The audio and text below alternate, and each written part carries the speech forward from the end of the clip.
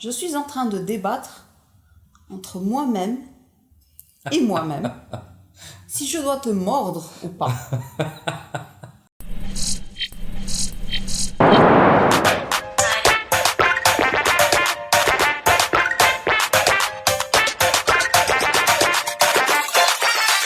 Hello et bienvenue avec nous à la Fab Lab au sein de l'Institut français de Casablanca. Aujourd'hui, une super calée du monde du Seigneur des Anneaux. Bonjour tout le monde, c'est Lamia Rifki, enchantée de faire votre connaissance à tous. Exact, et puis moi c'est Senpai comme toujours. Hier j'ai vu le dernier épisode du Seigneur des Anneaux, la série. Et Sincèrement, j'allais couper depuis le 4e épisode. Mais je me suis dit allez, on s'encourage, je veux terminer pour pouvoir en parler. Et bon, Finalement, agréablement surpris à la fin. Mais pourquoi a-t-il fallu que tu attendes la fin pour être agréablement surpris? j'ai eu du mal à accrocher. Au 4e épisode, je me suis dit c'est bon, Anna, je vais arrêter. Mais j'ai pensé que je voulais en parler avec des gens, au moins critiquer en sachant autour de quoi ça tourne. Mais finalement, c'est vrai qu'à partir du 6e, Oui, ça commence un petit peu à monter. c'est amusant qu'il ait fallu attendre le 6e pour que tu considères que ça commence à monter. Personnellement, je trouve que depuis le début de la série, la qualité est extraordinaire. C'est une histoire. Les premiers épisodes sont toujours les plus durs à établir puisqu'ils établissent le monde. Et après tout, il ne faut pas oublier que le Seigneur des Anneaux, cette version-ci des Seigneurs des Anneaux, n'est autre qu'une prequel. Ouais. Autant Bon. nous connaissons le monde du Seigneur des Anneaux, autant la plupart des gens n'ont jamais lu le Silmarils, ils se sont jamais cassé les pieds. Silmarion. Oui, le Silmarils. Désolé. Ah, Ils se sont jamais cassé les pieds à lire les contes et légendes inachevés. Ils comme connaissent moi. pas le Comme lore. moi. Anna, j'ai vu le film, j'ai vu la trilogie que j'ai adoré. Anna, je suis un grand fan de la trilogie du Seigneur des Anneaux. Là, Mais je suis pas comme toi, j'ai pas lu les non. livres. Alors moi, j'ai commencé par les livres. Le style de Peter Jackson est très très particulier. Il a établi la version visuelle du monde du Seigneur des Anneaux. Oui, et j'aime cette version. Oui, tout le monde aime cette version, elle est extraordinaire. Weta Wetworks a fait un très très bon travail en Nouvelle-Zélande et tout. Mais n'oublions pas que nous sommes en train de retourner à une époque où tout ce qui existe dans le monde des anneaux n'existait pas encore. La forêt de Galadriel n'existait pas encore. Et c'est là également qu'on comprend que Sauron n'est pas simplement un archétype du mal. D'accord. Sauron est un Maillard. C'est quoi Maya? Alors il y a les Valar. Les Valar qui ont créé basiquement le monde. Et après tu as les Maillards qui sont en dessous des Valar. Et lorsque Morgoth, le Valar, a complètement détruit la musique du monde, c'est à ce moment-là que Sauron il s'est mis du côté de Morgoth. D'accord. Et c'est ainsi. Bon. Sauron, c'est pas Morgoth. Non, Sauron n'est pas Morgoth. Morgoth est un Valar, il veut dire techniquement, Donc, techniquement Morgoth, un dieu. Et Sauron est un Maillard. Maya. D'accord, ok. Et donc, Et Gandalf est un Maillard, et Saruman est un Maillard. Et bon, bref, basiquement les grands esprits avec des pouvoirs et tout. toi qui as lu, quand tu as vu la série, tu t'es dit, ça coule de source. Il n'y a pas de problème. C'est pas qu'il n'y a pas de problème. Il y a des problèmes partout. D'accord? Il y a des problèmes dans toutes les séries. Mais la chose qui fait que les gens n'ont pas tellement apprécié le Seigneur des Anneaux, les Anneaux du Pouvoir, c'est parce que, tout simplement, j'ai l'impression qu'ils se sont tellement habitués au style visuel et narratif de Peter Jackson que lorsque quelqu'un d'autre a pris a essayé de recréer la vision, il l'a pas recréé comme il voulait. Donc, n'oublions pas bien sûr le racisme. J'appelle pas ça du racisme. Et tu appelles ça quoi? La plupart des gens n'ont jamais lu Le Seigneur des Anneaux. Oui, les Tout elfes. tout ce qu'ils connaissent des elfes, c'est le film. Et Nous dire, sommes voilà. en train de parler de races qui n'existent pas du tout, à la base. À partir du moment où il y a des noirs, des blancs, des asiatiques, ça, c'est humain. C'est pas quelque chose qui sort du cadre de l'humain. Je suis en train de débattre entre moi-même et moi-même si je dois te mordre ou pas. Je suis désolée. Non, je ne suis pas d'accord. D'accord, toi tu es partante, Zama, c'est du racisme, il faut qu'il y ait des blacks partout, il faut qu'il y ait des asiatiques partout. Il ne faut pas même qu'il si y ait ça colle des pas. blacks partout, des asiatiques partout. Mais nous parlons de fantaisie. Ouais. Dans la fantaisie, on a le droit de faire ce qu'on veut. L'heroic fantasy, c'est inspiré de l'ère médiévale européenne. Et alors, juste L'Afrique, ça n'existait pas à l'époque.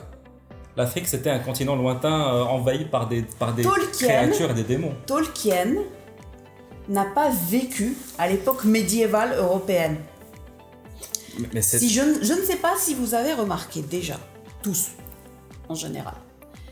Mais, en ce qui concerne le Seigneur des Anneaux, les hommes des montagnes n'étaient pas tous blancs. Bah, à la rigueur, ça Les gens qui venaient sur des olifants, venaient sur des olifants pour se battre pour le Mordor. C'était les Aras quelque chose, ils avaient un nom. Mais c'était écrit, c'était inspiré des Arabes. Et c'était ceux qui avaient joint Sauron dans sa guerre contre... Oui, mais cela ne veut pas le dire reste des que créatures. des milliers d'années auparavant, parce que n'oublions pas que ça se passe quand même 4 ou 5 000 ans avant le Seigneur des Anneaux. Ça ne veut pas dire qu'il n'y avait pas eu de métissage à l'époque. Chez les elfes La plupart des elfes, au moment où nous sommes dans le Seigneur des Anneaux, étaient déjà revenus à Valinor. Ne restaient que ceux qui étaient restés pour défendre Middle-earth. N'oublie pas que par exemple dans le premier épisode, tu as Galadriel et le reste qui reviennent à Valinor et qui ne reviendront jamais dans la Terre du Milieu. Ouais. Les elfes qui restent dans la Terre du Milieu sont basiquement juste les derniers. On n'a pas vu une grande partie déjà. Ils peuvent être de toutes les couleurs de l'arc-en-ciel, tu n'en sais rien. Tout ce que Tolkien a jamais dit dans les livres, c'est que ce sont des créatures d'une très grande beauté. Après cela, les Harfoot, les pieds velus. après des siècles et des siècles de métissage et tout cela, tout le monde finit tôt ou tard avec la même couleur. J'ai apprécié comment est-ce qu'on les voyait. Ce sont des proto-hobbits. À l'époque où les hobbits étaient des nomades, ils n'avaient pas encore de Shire. D'accord. Ils n'avaient pas encore leur vallée, ils n'avaient pas encore leur trou de hobbit et tout. Ils étaient obligés de migrer de peur d'être rattrapés par des loups, rattrapés par des humains, qu'ils appellent d'ailleurs des géants. Des géants, ouais. Oui, donc... Concernant l'œuvre en général, au-delà du débat du racisme, graphiquement, c'est superbe. graphiquement, image, moi j'ai rien à dire. Graphiquement, c'est superbe. L'actrice qui fait Galadriel le fait plutôt bien. Moi non. Mais je vais toujours revenir au film. Parce que dans le film du Seigneur des Anneaux... C'est Cate Blanchett, bien sûr. Voilà, c'était un personnage doux. Il ne pouvait pas... C'était un personnage vieux, surtout, dans le film.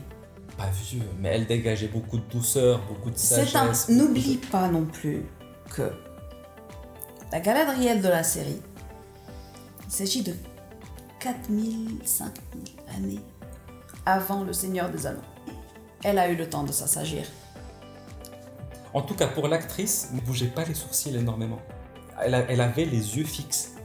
Vraiment, tu vois, quand on exprime des émotions, parce soit que de la colère... plupart des elfes sont ainsi. Les elfes, ils ne représentent pas d'émotions, les elfes. Il ne faut pas oublier une partie également. La plupart des elfes qui vivent dans le monde du Seigneur des Anneaux ne sont pas les hauts elfes. C'est les bas elfes? Non, les high elves, ce sont les anciens, les premiers. D'accord.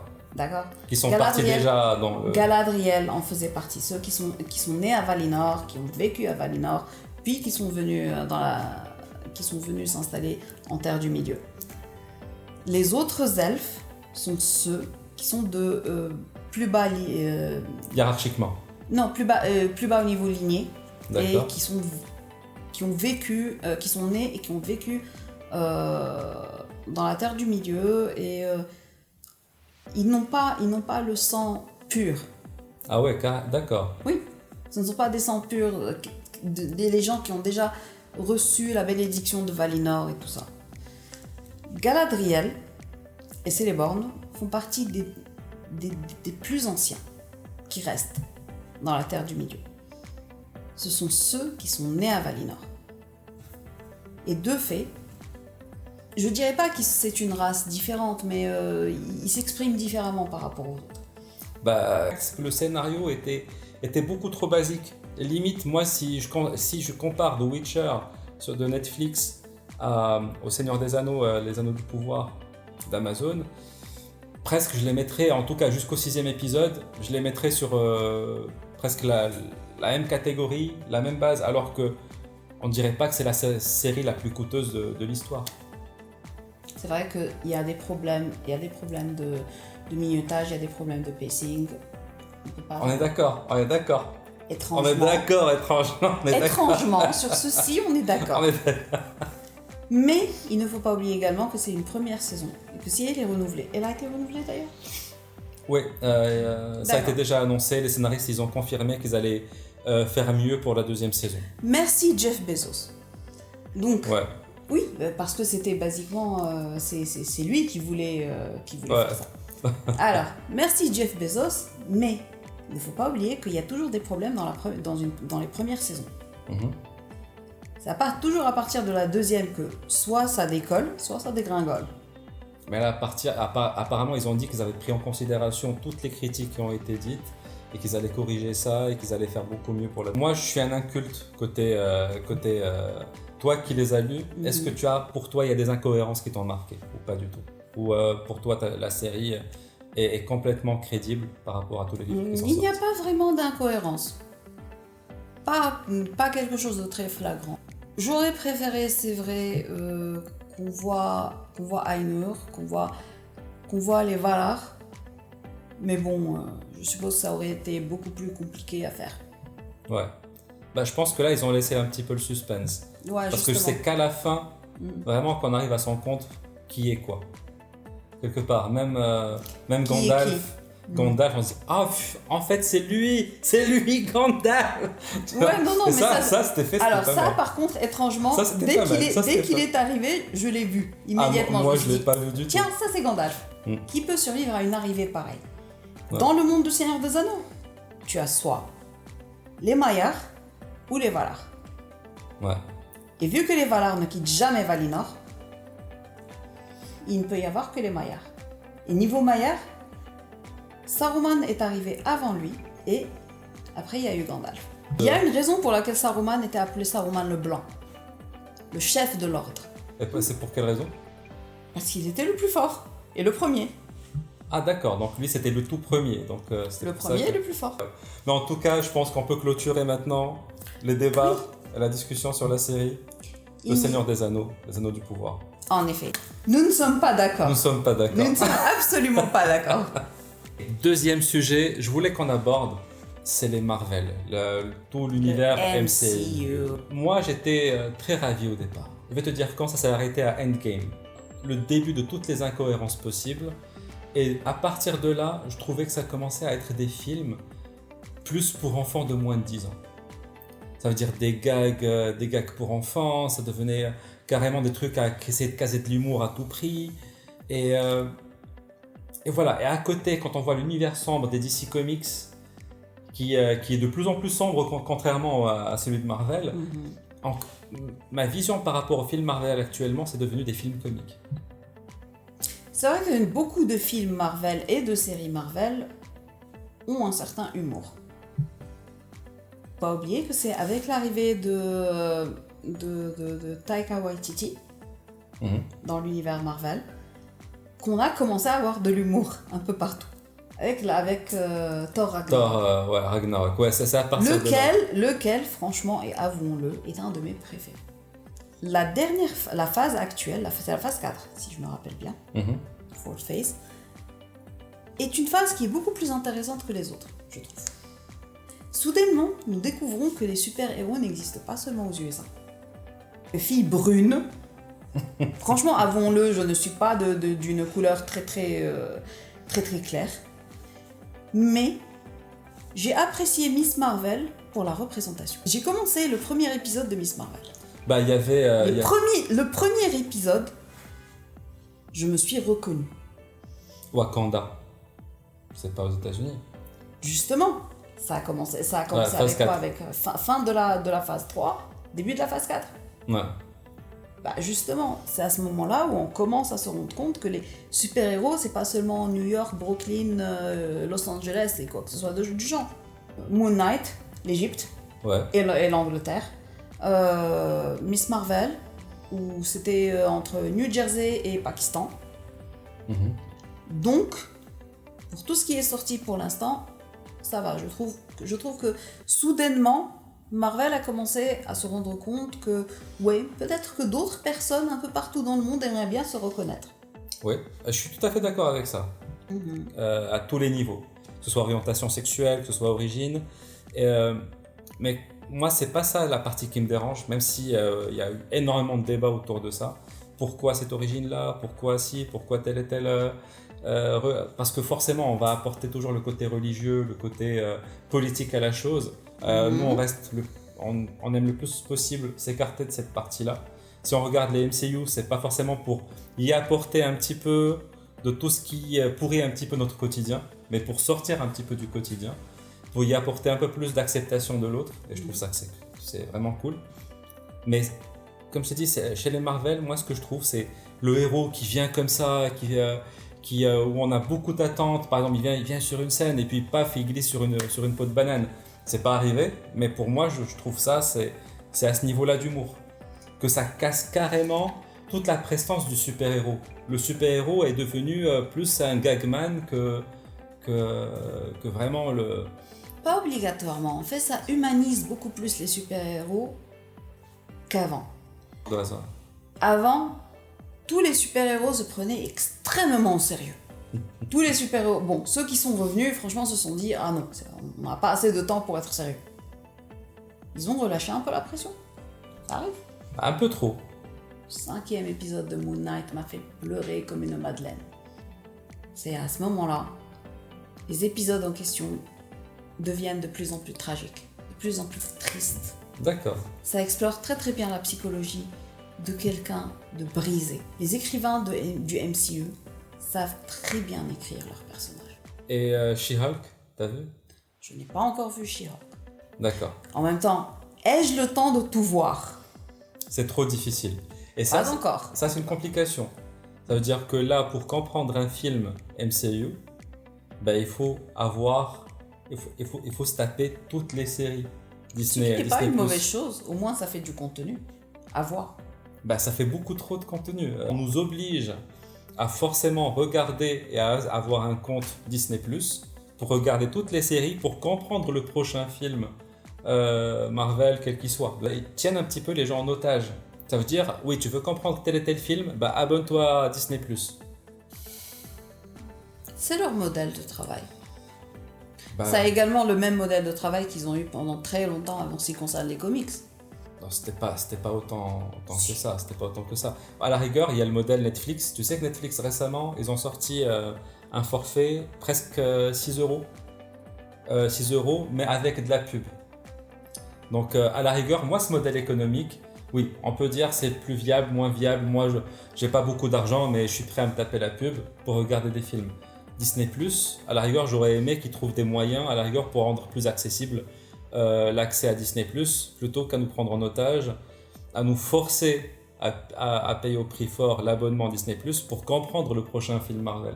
Un côté qui me dérange encore chez les MCU, c'est le côté on commence maintenant à creuser trop dans le multivers, le voyage temporel. Chaque fois qu'on va parler de Doctor Strange, qu'on va parler de Spider-Man, qu'on va parler de, je sais pas, d'autres super-héros, automatiquement on va en bouffer du voyage temporel, on va en bouffer du multivers et à ne plus s'en trouver. Moi, sincèrement, le multivers a été introduit avec Loki. Cela nous ramène à l'origine du concept du multivers, Kang the Conqueror. Il y aura un film sur Kang the Conqueror. Et c'est à ce moment-là qu'ils vont boucler le multivers. Kang the Conqueror est à la base de tout le problème du multivers. Donc ils auront un film pour boucler tout cela. Et après, probablement, les choses reviendront à la norme. J'espère, parce que là, on est sur une escalade de choses complètement folles, où maintenant, quand on regarde un MCU, moi, le dernier Doctor Strange, c'est lui qui m'a fait peur à ce niveau-là. Il m'a fait autant dans Spider-Man, je trouvais ça cool, dans le No Way Home. Ils ont mis tous les acteurs des Spider-Man avec chacun ses histoires, chacun son vécu, chacun ses propres méchants. Mais autant là, Doctor Strange, il avait la même tête dans tous les univers. J'ai l'impression qu'il avait la même femme qu'il avait aimée dans tous les univers. Et je trouve que c'est pas logique. Et on a un qui a presque tous ses personnages carrément presque identiques. Oui, mais il faut comprendre également la différence entre les sagas Spider-Man et l'univers de Doctor Strange. C'est qu'il y a eu plusieurs trilogies Spider-Man et chacune avait un acteur différent. Exact, mais c'était sympa, quoi. Moi je trouve l'idée générale. Tandis que là, c'est impossible. Bon, on n'a pas plusieurs Doctor Strange différents dans le MCU en général. Donc tu vas ramener le Pékin du coin, il va être habillé en tant que Doctor Strange. Non, moi je regarde ça du point de vue pratique au niveau de la production. Ça leur coûte moins cher d'abord de produire. Parce que imagine si tu as 4 ou 5 acteurs qui font Doctor Strange, ça fait 4 ou 5 salaires en plus. J'ai pas vu les choses comme ça. Je pense que Disney a les moyens de les payer. Les spectateurs, au bout d'un certain moment, tu introduis un autre Doctor Strange qui a une gueule différente et un autre. Au bout d'un certain moment, ils commencent à s'embrouiller là-dedans. Forcément, ils vont pas les accepter parce que c'est vrai qu'avec les films Spider-Man, on a eu le temps de vraiment nous habituer. Justement, s'ils ont plusieurs Doctor Strange, ils vont avoir du mal. Ouais. Clairement. On va avoir 4 ou 5 Doctor Strange à l'écran. La seule chose qui se rapporte légèrement, c'est le costume. Alors franchement, à ce moment-là, qu'est-ce qui distingue exactement que telle personne et telle personne, c'est exactement la même personne? Non. Donc personnellement, je trouve qu'ils ont bien fait à ce niveau-là. C'est le fait que Doctor Strange ne soit plus le Sorcerer Supreme. Ouais. Wong mérite parfaitement d'être le grand sorcier. Mais là, on serait dans un Shang-Chi 2. J'espère qu'il y aura un Shang-Chi. Non, mais ça, je veux dire, pas sur un autre film Shang-Chi, quoi. Oui, mais alors que j'ai adoré Shang-Chi. J'adore Shang-Chi également. Je trouve que Simu Liu a maxé son charisme sur cette planète. Moi, j'ai du mal à imaginer que l'acteur était basiquement un comptable avant. Il était comptable. Comment est-ce que cette personne est comptable? Ouais, c'est le rêve américain. C'est le rêve américain, tout est possible. Il est canadien. Ok, c'est le rêve canadien. Il est canadien, il n'est pas américain. Bon, d'accord. Toujours est-il. Nous ne sommes pas d'accord. Pas d'accord. Aïe. Pardon. J'ai des petites mains, aïe. Désolé. Écoute, on fera ça. Ok. C'est vrai que j'ai fait un peu trop le con, mais tu m'as pas mal expliqué, en tout cas, c'est vrai, l'univers de Tolkien. On a commencé par ça, j'ai appris pas mal de choses avec toi, c'était vraiment très cool. Après, c'est vrai que, en gros, qu'on aime ou qu'on n'aime pas, c'est juste que ça ne doit pas générer trop de haine sur les réseaux. Chacun a son avis. Chacun aime des choses plutôt que d'autres. Il y en a qui aiment qu'il y ait plus de diversité, d'autres pas. Mais je pense que ça reste des avis, ça reste des œuvres artistiques. Et toute œuvre artistique, elle est interprétable par celui qui l'a créée. Et il faut aussi respecter ces gens-là, respecter leur travail. Et peut-être qu'il y aura d'autres personnes qui vont faire d'autres œuvres qui vont nous plaire plus, je ne sais pas. Mais c'est juste que, pour moi, il faut lutter contre cette haine qui est de plus en plus grandissante sur les réseaux sociaux. Oh, hélas, la toxicité sur les réseaux sociaux est absolument effrayante. Ouais. Donc voilà, plein d'amour. Oui, lots of love. Donc partageons plein d'amour, acceptons-nous les uns les autres. Et on espère qu'on va profiter d'une bonne deuxième saison du Seigneur des Anneaux et qu'on aura plein de films MCU qu'on aime ou qu'on n'aime pas, mais en tout cas qui vont peut-être nous faire rire, nous faire rêver. Et à bientôt, tout le monde. À bientôt. Sur ce.